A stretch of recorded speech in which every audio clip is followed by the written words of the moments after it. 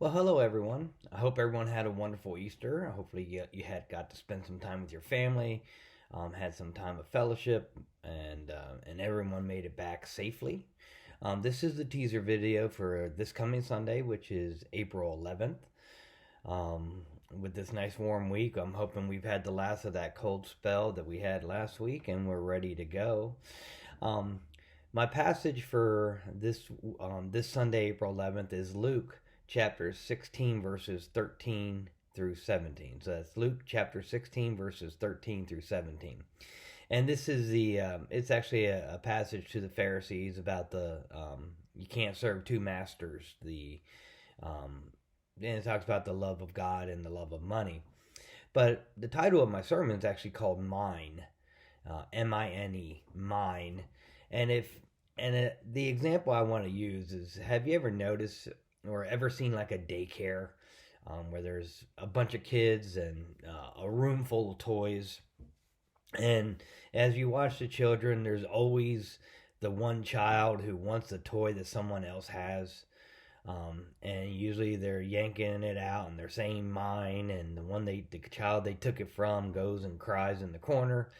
And I mean, it never fails. There's always, despite more toys than kids, there's always some that are fighting over the same toy. Then you ever notice the ones that are totally oblivious to it? They may be in the corner playing with their own toy. They're just totally completely satisfied in that situation, and they're totally oblivious to the chaos going on around them. I mean, with our grandson now and young cousins, and you get to see that whole dynamic all over again, and it's just interesting because everyone thinks it's kind of a stage that we will grow up out of um, and mature, but do we really? Do we ever really grow out of that possessive stage where we say something is ours and we just want to keep it? Um, and, the passage, obviously, like I said, it's a reference to love of God and money. But think about that as a church, though.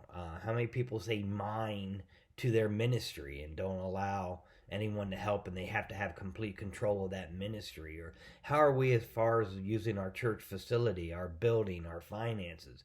I mean, are we willing to allow other groups use it, or do we hold bitter feelings about someone using the building? And do we look to use our resources to help send kids to camp or do projects in the community, or are we more worried about, hey, we're doing fundraisers because we need to pay our bills?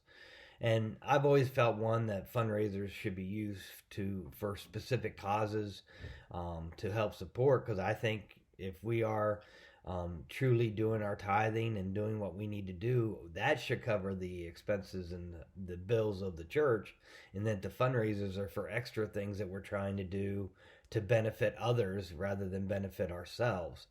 So it's going to be a challenge as we think about where we are and examining our hearts. It seems like every time we want to do something that's for somebody other than us, there's always grumbling, or there's, it's not everyone. I don't want to say that. There's just there's people that grumble about allowing other groups to use a facility. There's people that grumble about this or that. I mean, I understand you have a lot of people. It's in a church. There's always grumbling, but what we really need to do is evaluate our heart.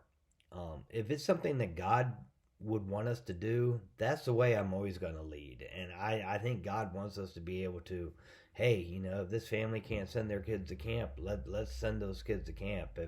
If we want to do a fundraiser to support missionaries, if we want to do a fundraiser to support church planning, if we, want to do fundraisers to do a community project that's going to have an impact on a lot of people, I think that's stuff that God is definitely would be on board with, and I think that's something I would definitely be behind.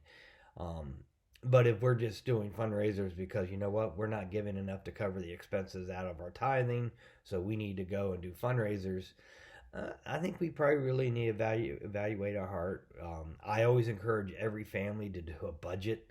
I think for us to be good Christians, we need to do a budget and live within our means. And in living within our means and doing a budget does include our tithing. Every couple I ever sit down with when we do premarital counseling, one of the first things I tell them to do is lay out a budget.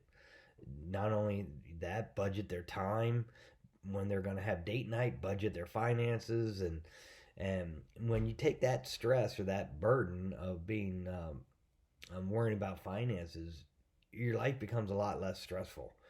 And God's talking to the Pharisees who had that love of money, and he says, your heart's not right if that's where your focus is. So that's kind of what I'm going to be talking about this week. It's not a tithing sermon, so please, and I'll say that flat out because I believe tithing is between you and God. Um, you can try to fool me or fool the church, but you're not going to fool God. So He knows what you have, what you give, and if you remember the woman with the two copper coins gave out of her. The Lord said she gave more than those who were giving out of their wealth because He knows their hearts, He knows their finances, and He knows why they're giving. So yeah, this is not a tithing sermon. I think that's between you and God, and again, we're not going to fool Him. So I look forward to seeing everybody on Sunday. Take care and see you then.